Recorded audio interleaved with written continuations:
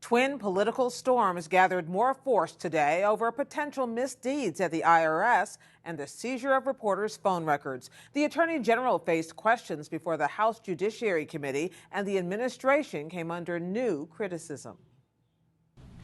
Now, my question isn't about who's going to resign. My question is, who's going to jail over this scandal?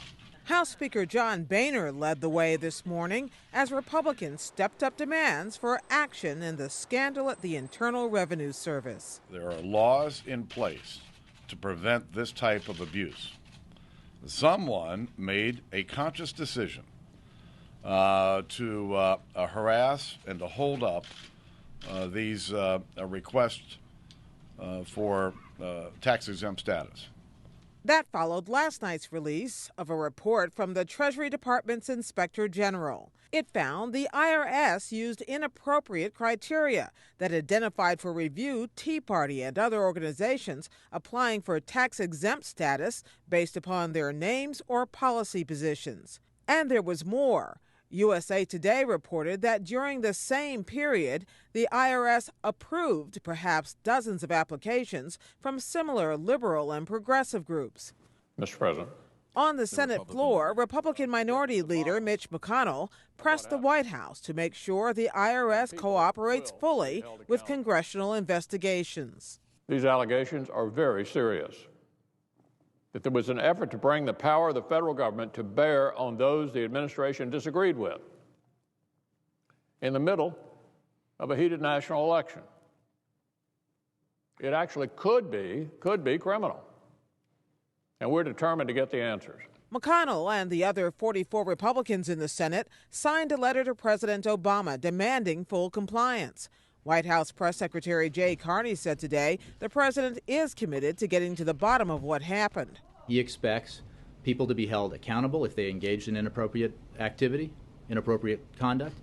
He expects the Treasury Department and the IRS to take all the necessary actions to ensure that this kind of thing cannot happen again. Please rise. I will begin. Attorney General Eric Holder has already begun a criminal investigation into the IRS matter, but some lawmakers see larger patterns at work. Republican Congressman Steve Chabot of Ohio. I believe there's been a pattern by this administration in not taking responsibility for failures, avoiding blame, pointing the fingers in somebody else's direction. Would you agree with that? No. I thought you might say that. I think a lot of people do, including myself, and I think a lot of members of this committee, and we might be divided, obviously, but these are very significant things which have occurred here, and I would strongly encourage this administration to get out front, get all the facts out, let the chips fall where they may. I would agree with that last part of your statement. It is one of the reasons why I ordered the investigation last Friday, and I can assure you and the American people that we will take a dispassionate view of this. This will not be about parties. This will not be about ideological persuasions. Anybody who has broken the law will be held accountable. Still, House Republicans have frequently accused Holder of stonewalling their investigations, even citing him for contempt. That bad blood was on sharp display when Holder's leading critic, California Congressman Darrell Issa, complained the department failed to hand over emails in another matter involving the Civil Rights Division. I will certainly look at the request. It's not something that I have personally been involved in, but I'll look at the request and try to be as responsive as we can. I'm sure there must have been a good reason why only the to and from parts were provided. Yes, you didn't want us to see the details. Mr. Attorney General, knowing the to and from, typically do. Knowing the to and... I'm not going to stop talking now. Characterize something as something close to Mr. Chairman, would you inform the witness as to the rules of this committee? Appropriate and is too consistent with the way in which you conduct yourself as a member of Congress. It's unacceptable and it's shameful.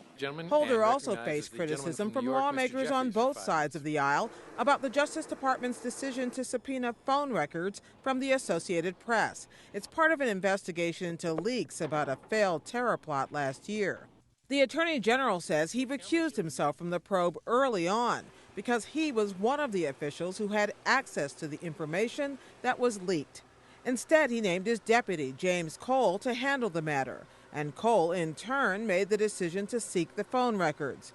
California Democrat Zoe Lofgren pressed him on that decision. Well, this is both an ongoing matter and an ongoing matter about which I know nothing. So I'm not in a position really to answer that question. But here's what I do think.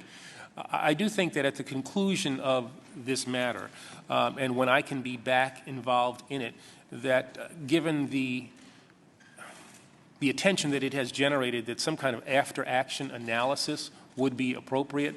But it seems to me the damage done to a free press is substantial and will continue until corrective action is taken. And I would hope that we might be able to further pursue this, Mr. Chairman, and get some clarification on future action, either through legislative efforts or